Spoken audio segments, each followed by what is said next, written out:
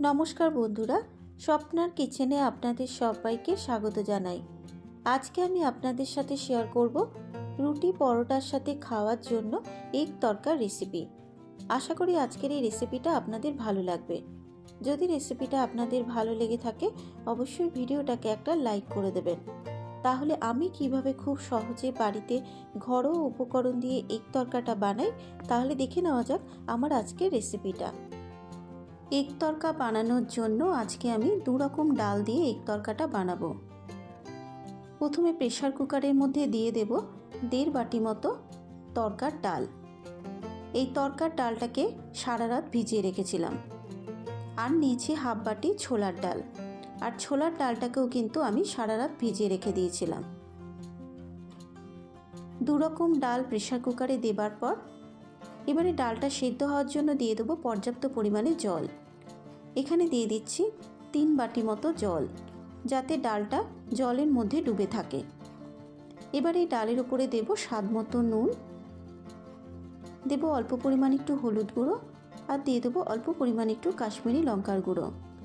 নুন, হলুদ গুঁড়ো, লঙ্কার গুঁড়ো দেবার পর এবার ডালের সাথে মিশিয়ে নেব। মশলাগুলো মেশানো হয়ে যাবার পর এবারে ঢাকনাটাকে বন্ধ করে 2টো সিটি দিয়ে নেব। যেহেতু ছোলার ডাল আর তড়কার ডালটাকে আমি সারা রাত ভিজিয়ে রেখেছিলাম, তাই 2টো সিটি দিলেই কিন্তু ডালটা সিদ্ধ হয়ে যাবে। 2টো সিটি দেবার পর এবার গ্যাসের ফ্লেমটাকে বন্ধ করে দেব। ডালটা প্রেসারে সিটি দেবার পর এবারে নিয়েছি এখানে কিছু ভেজিটেবল। প্রথমে নিয়েছি একটা মাঝারি সাইজের পেঁয়াজটাকে মিহি করে কুচিয়ে নিলাম। নিয়েছি এখানে 1.5 ইঞ্চি আদার টুকরো। এবারে আদাটাকেও মিহি করে কুচিয়ে নেব। আদাটা কুচিয়ে নেবার পর এবারে নিয়েছি 8 থেকে 9টা রসুনের কোয়া। এবারে রসুনটাকেও মিহি করে কুচিয়ে নেব।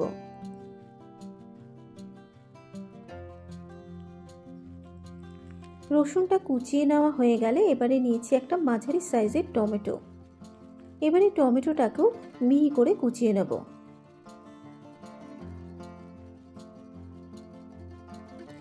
টমেটোটা কুচিয়ে নেবার পর এবারে নিয়েছি 3 থেকে 4টে কাঁচা লঙ্কা।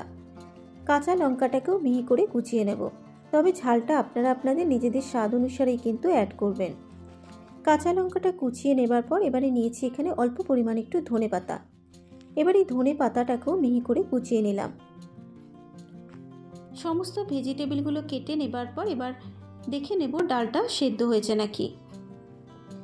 এবার হাতে একটু টিপে দেখে নিচ্ছি ডালটা সেদ্ধ হয়েছে নাকি। দেখুন ডালটা কিন্তু খুব ভালো মতো সেদ্ধ হয়ে গেছে। এবারে ডালটাকে একটা পাত্রের মধ্যে ঢেলে রেখে দেব। ডালটাকে ঢেলে নেবার পর এবারে ফ্রাইং প্যানের মধ্যে দিয়ে দিচ্ছি 2 চা চামচ মতো সর্ষের তেল।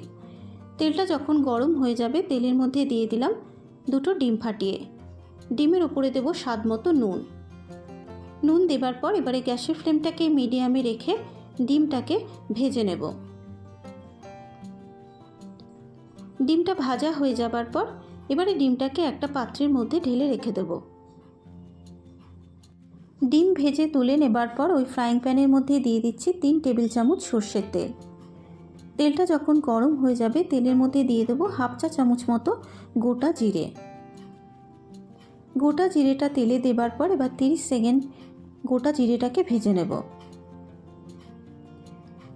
জিরেটা যখন ভাজা হয়ে যাবে এবার এর মধ্যে দেব কুচিয়ে রাখা আদা, আর দিয়ে দেবো কুচিয়ে রাখা রসুন। আদা কুচানো আর রসুন কুচানোটা দেবার পর এবার 2 মিনিট মতো আদা রসুনটাকে ভেজে নেব, যতক্ষণ না আদা রসুনের কাঁচা গন্ধটা চলে যাচ্ছে। মিনিট 2 নাড়াচাড়া করে নেবার পর এবার এর মধ্যে দিয়ে দিচ্ছি কুচিয়ে রাখা পেঁয়াজ। এবার এই পেঁয়াজটাকেও আদা রসুনের সাথে 2 মিনিট মতো ভেজে নেব, যতক্ষণ না পেঁয়াজটা নরম হয়ে আসছে। 2 মিনিট নাড়াচাড়া করে নেবার পর যখন পেঁয়াজটা ভাজা হয়ে যাবে এবার এর মধ্যে দেব একটা মাঝারি সাইজের টমেটো কুচানো। এবার এই টমেটোটাকেও আদা রসুন পেঁয়াজের সাথে ভেজে নেব, যতক্ষণ না টমেটোর কাঁচা গন্ধটা চলে যাচ্ছে। টমেটোটা যখন নরম হয়ে আসবে এবার এর মধ্যে দেব 1 চা চামচ জিরের গুঁড়ো আর দিয়ে দেবো 1 চা চামচ লঙ্কার গুঁড়ো। তবে ঝালটা আপনারা আপনাদের নিজেদের স্বাদ অনুসারেই কিন্তু অ্যাড করবেন। গুঁড়ো মশলাটা দেবার পর এবার মশলাটাকে মিনিট 2 মতো কষিয়ে নেব।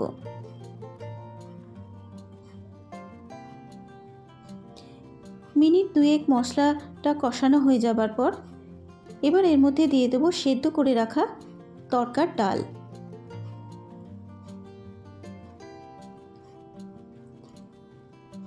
ডালটা দেবার পর এবার মশলার সাথে ডালটাকে মিশিয়ে নেব।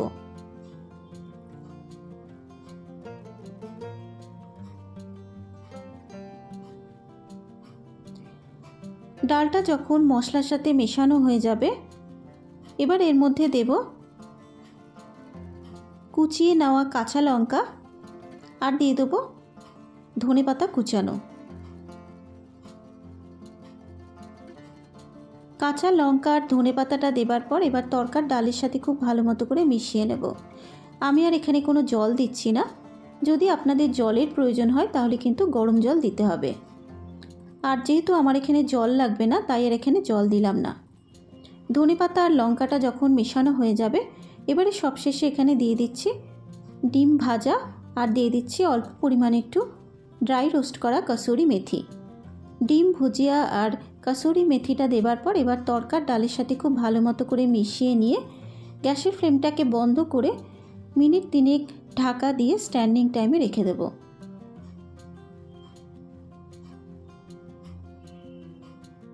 তৈরি হয়ে গেছে আমার আজকের রেসিপি এগ তরকা।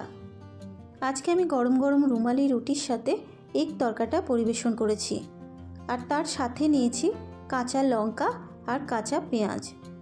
যদি রেসিপিটা আপনাদের ভালো লেগে থাকে আপনারা এভাবে একবার বাড়িতে ট্রাই করবেন ও আমাকে কমেন্ট করে জানাবেন রেসিপিটা আপনাদের কেমন লাগলো।